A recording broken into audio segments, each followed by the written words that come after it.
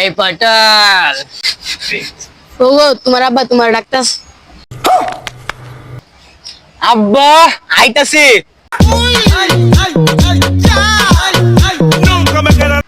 বাবা ডাকছুন? হ্যাঁ বাবা, তাই ডাকছি। কেলিগা ডাকছুন আমারে? তোর শ্বশুর আব্বা বলে অসুস্থ। আমি বিশ্বাস করি না। তোর শ্বশুর আব্বারে যায় দেখে গিয়া। আমি একলা যাইয়া আপনাকে সুবর্ণারে লগে যাইয়াম। না বাবা, তুই একলাই যা, বাড়ির মধ্যে অনেক কাজ আছে। তাইলে আব্বা গেলাম আমি। খারো বাবা, কিছু না যা কথা যে শেয়ার যাচ্ছি এগুলাই কইবে, আবার উল্টা পাল্টা কথা বুঝ না। সাবাস, তুই তো আবার বুকা কি না কি অরস।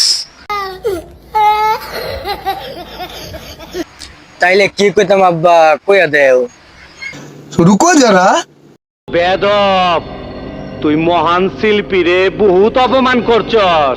তোরে আমি যাইয়া প্রথমে সালাম দিবি, পরে কি কইয়াম আব্বা? সালাম দেওয়ার পরে ভালো মন্দ কিছু তো কইবো, পরে আর কি কইয়াম আব্বা? ভালো মন্দ করার পরে তুই কইবি আমরা এটাই তো চাই, এটাই আমার কাম্য। পরে কইবে আব্বা কোন ডাক্তারের কাছে চিকিৎসা হতেছুন, এই ডাক্তারের নাম কইলে তুই কইবি হ এই লোকটা তো ভালো চিকিৎসা করে। আচ্ছা তাইলে আব্বা আমি যাই। আচ্ছা যা।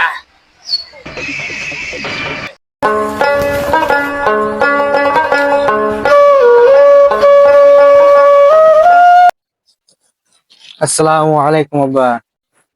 वालेकुम अस्सलाम। কিরম আছেন শ্বশুর আব্বা? কোন রকম বাচ্চা আছি বাবা? এটা তো আমার কাম্য।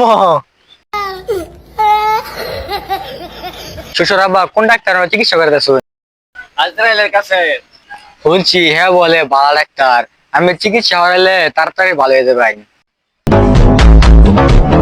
তুই কি আমার মেয়ের জামাই না আমার শত্রু? কেলিগা আব্বা? আমার আব্বা আমার যারা শেয়ার দিছে আমি তো হেরে কইছি। মুকা জামাইয়ের কাছে আমি আমার মেয়ে বিয়ে দিছি,